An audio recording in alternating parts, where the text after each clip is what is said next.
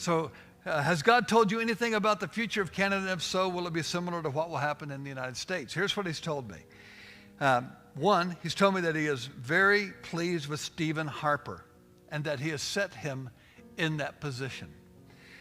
And he said this, he says, as long as Canada continues to support Israel like it's doing, which is in an amazing way, it will prosper, they will have peace, they will have minimal impact of the perfect storm issues, the church will prosper, and government will make wise choices.